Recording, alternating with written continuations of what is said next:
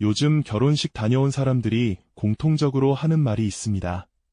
결혼식장에 가면 사람들은 웃고 박수를 치죠. 그런데 집에 돌아오는 순간 생각이 달라집니다. 축복하는 자리에서 돌아온 사람들이 정작 자기 인생에서는 그 장면을 지워버리는 경우가 점점 많아지고 있습니다.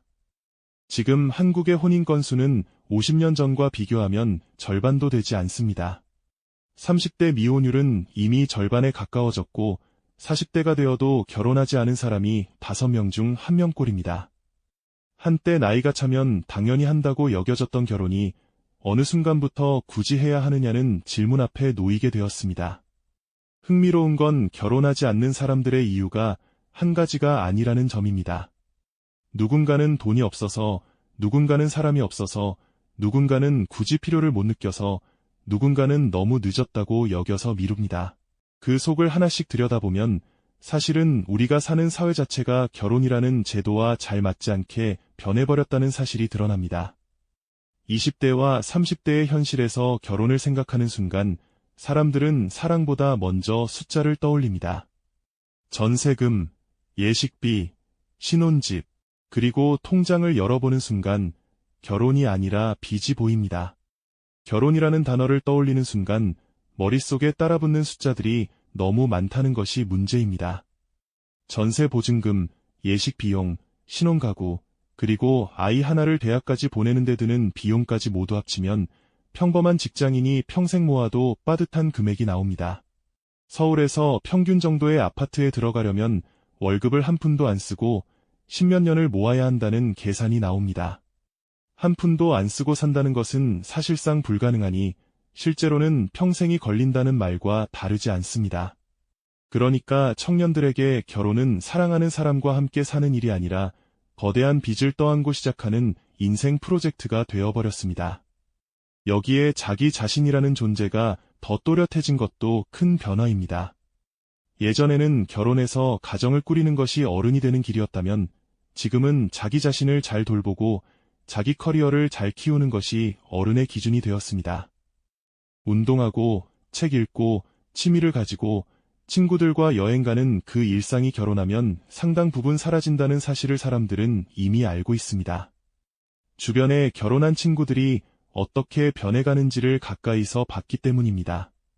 그래서 결혼을 미루는 청년들의 마음을 정확하게 표현하면 자기 한몸 챙기기도 벅찬 상황에서 누군가의 인생까지 책임진다는 것이 너무 무겁다는 감각에 가깝습니다. 이것은 이기적인 태도가 아닙니다. 오히려 책임이라는 말의 무게를 정확하게 알기 때문에 나오는 망설임입니다. 책임감이 없어서 결혼을 안 하는 것이 아니라 책임감을 너무 잘 알아서 못하는 쪽에 가깝습니다. 이미 그 시기를 지나온 40대 이상의 미혼들에게는 또 다른 결의 고민이 있습니다. 청년기에는 아직이라는 말로 미뤘던 결혼이 어느 순간 이제 와서라는 말로 바뀌는 시점이 옵니다. 30대 후반을 넘어서면 결혼이라는 단어 앞에 사회적 시선이라는 보이지 않는 벽이 세워집니다.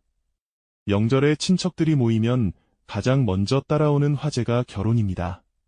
처음에는 곧 하겠지라는 기대였다가 다음에는 왜 안 하느냐는 추궁이 되고 시간이 더 지나면 아예 묻지 않는 침묵이 찾아옵니다.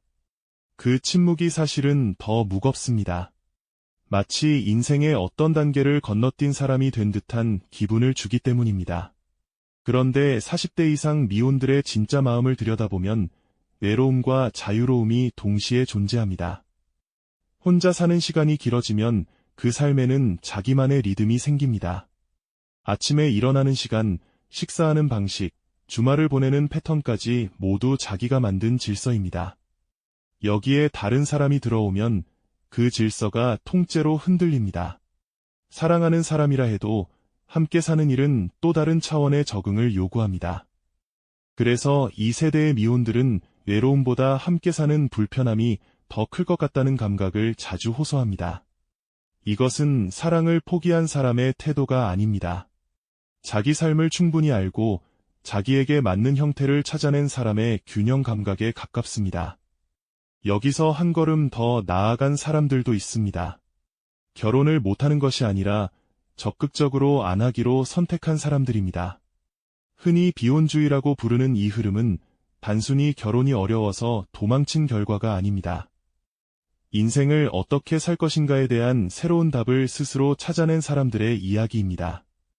이들은 혼자 살면서도 충분히 풍요로울 수 있다는 사실을 자기 삶으로 증명해 보입니다. 자기만의 공간을 가꾸고 좋아하는 일에 시간을 쓰고 깊이 있는 친구 관계를 만들고 반려동물과 함께 살아갑니다. 가족이라는 형태를 꼭 결혼과 출산으로만 만들지 않아도 된다는 가능성을 이들이 보여주고 있습니다. 물론 비혼의 삶이 늘 행복하기만 한 것은 아닙니다. 깊은 외로움이 찾아오는 순간도 있고 아플 때 곁에 아무도 없을지 모른다는 두려움도 분명히 존재합니다. 다만 이들이 내린 결론은 분명합니다. 결혼한다고 그 외로움이 사라지는 것도 아니고 아플 때 기댈 사람이 저절로 생기는 것도 아니라는 사실입니다. 결혼은 더 이상 불안에 대한 완전한 답이 되어주지 못하는 시대가 되었습니다. 결국 사람들이 결혼을 못하거나 안 하거나 미루는 이유는 한 가지로 설명되지 않습니다. 돈, 시간, 만남의 기회, 그리고 결혼까지 가는 험난한 길까지 모든 것이 얽혀 있습니다. 무엇보다 결혼이 더 이상 행복을 보장해주지 않는다는 사실을 우리는 주변을 보며 이미 배워버렸습니다. 이혼율이 높아지고 결혼 생활의 갈등이 미디어를 통해 매일같이 노출되면서 결혼이라는 단어에서 풍기던 따뜻한 이미지는 점점 옅어졌습니다. 그 자리를 차지한 것은 계산입니다. 이 사람과 결혼하면 내 삶이 어떻게 바뀔지, 무엇을 얻고 무엇을 잃을지를 따져보는 태도입니다. 사랑만으로 결혼할 수 있던 시대는 지나갔습니다. 사랑은 시작점일 뿐 그 이후를 받쳐줄 조건들이 너무 많아져 버렸습니다. 이 모든 이야기를 모아놓고 보면 결혼하지 않는 사람들이 늘어나는 현상은 결코 개인의 문제가 아닙니다. 집값, 불안한 일자리, 치솟는 양육 비용까지 결혼을 점점 더 어려운 일로 만들고 있습니다.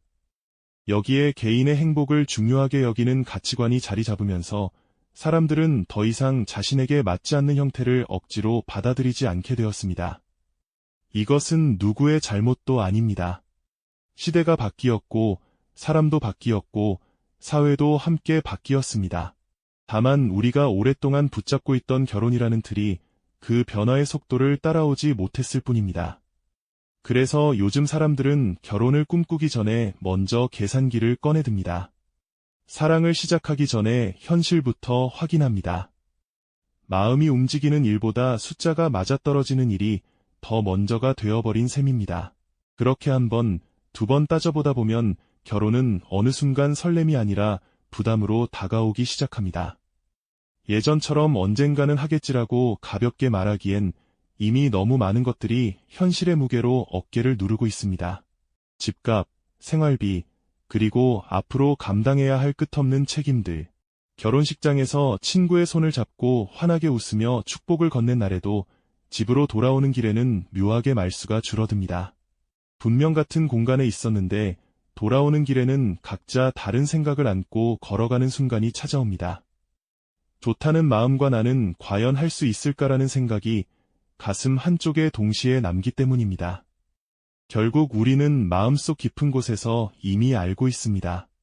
문제는 결혼 그 자체가 아니라 그 결혼을 감당해야 하는 현실이 너무 무거워졌다는 사실을 말입니다. 결혼은 인생의 정답이 아닙니다.